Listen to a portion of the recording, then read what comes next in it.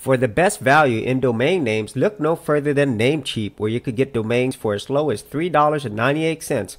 Plus, get 1 year of WhoIsGuard privacy protection for free. For more information, check out the affiliate link in the description area below. Hey, welcome to another episode of GeekOutdoors.com. This is actually one of the most ridiculously fun shooters I've played. There's been a lot of shooters that I played. This is actually Gunbird. There's actually a sequel to this, but man, these developers, Psikyo, they are awesome. And let me see. Let's choose this one. No, how about this one? Yeah, he looks pretty crazy. So it's an overhead shooter, as you could see, but the graphics are awesome. It's so reminiscent of the same people who did the Arrow Fighter series, and I'm pretty sure it's the same one. It's the same company that did it because it's so similar. Even the power-ups look the same. Oh yeah, very simple game, but the graphics in here, they're awesome. And there's my bomb. Boom. Yeah. And I would say during the 90s, to me, that was like the golden age of shooters, in my opinion, because even though shooters have been around and they really started coming out more and more during the late 80s, it wasn't until the 90s that you just got some absolutely crazy shooters with amazing graphics. You know, they were really pushing the envelope, and it didn't matter if it was an overhead shooter or a side-scrolling shooter. But as I remember, like during the 90s, there were a lot of overhead shooters. You know, when Raiden came out, I think in the late 80s, and then after that, probably the most popular one that everybody remembers is Ikaragu. But there was countless many others, and companies like Capcom were just pushing them out. But then you had companies like this, you know, they were just making a whole bunch of them. And you know, there's so many of them. I could probably do like maybe like almost a year's worth of episodes on just shooters alone. There were that many games, and this one was extremely memorable. And I like how, just like Arrow Fighters, that each character has a different personality. You know, it wasn't just simply a color swap for each of the ships. Each one of them had their own unique personality. Their power-ups were different as well, as you could see. And obviously the difficulty's there, but it's not so difficult that it's not fun to play. You know, I've said that so many times. Like, I think that's a mark of a good shooter, where it's challenging but not frustrating. Damn. Oh yeah. And this game, it has like a medieval slash futuristic, so it's kind of like that whole punk setting, you know, steampunk type setting. Oh man, yeah. And look, there's so many things on the screen.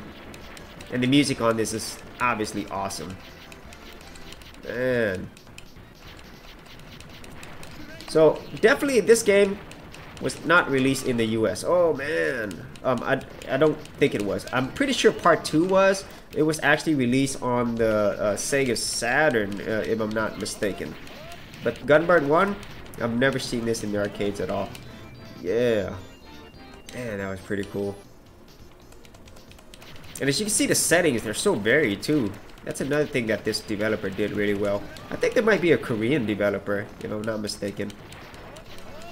I don't even know what the max power on this thing is. The only thing I don't like about it is it doesn't have like a auto shoot. You don't have to constantly keep pressing shoot. Now, if I had like a you know, rapid fire setting on this controller, it'd be a lot sweeter, but I don't. So I have to keep pressing it. So that's probably what you're hearing, all the button presses. I like it when a shooter would just allow you to hold down the fire button. It'll go ahead and auto shoot for you. Boom! Man, look at that. Oh god, wow. And these enemies, they're characters in and of themselves. You know, they follow you throughout many different stages. They're taunting you, and so it's really fun when you get to like battle them and finally take them out, you know. So, and they're memorable, you know. It's not like some just random boss characters, you know. They're actually have been there since the beginning. Oh wow, look at that. Big bosses, big boss battles. It's always awesome. Whoa, eat that. Napalm. Bam. Whoa, whoa, whoa. And if I remember correctly, Gunbird 2 came out, oh, about 2 years later. Gunbird 1, this one came out in 1994. Man, there you go. And that is a Gunbird. Man, this is a really fun game, as you can see. Graphically, very impressive. Wonderful music. Awesome characters, lots of humor. Just an all-around awesome overhead shooter. So, yeah, definitely one of the ones that is definitely memorable to me. You know, it's very enjoyable. And if this was in the arcades, if I were to play this in arcades, I would have no problems in dropping tons of quarters on this game. So that's pretty much for this episode. If you had any thoughts on Gunbird or any shooters that you enjoyed back in the day, leave them in the comments area below. And as always, if you did get a lot of value out of these videos, leave a like and subscribe. And if you wanted to support my channel further, you could do that at patreon.com/geekoutdoors. That information is also in the description area below. Thanks for watching. See you in another episode. Thanks for checking out this episode. And as always, if you like these videos, be sure to click on the subscribe button. And for full written content, audio content, and additional geek stuff, head over to geekoutdoors.com.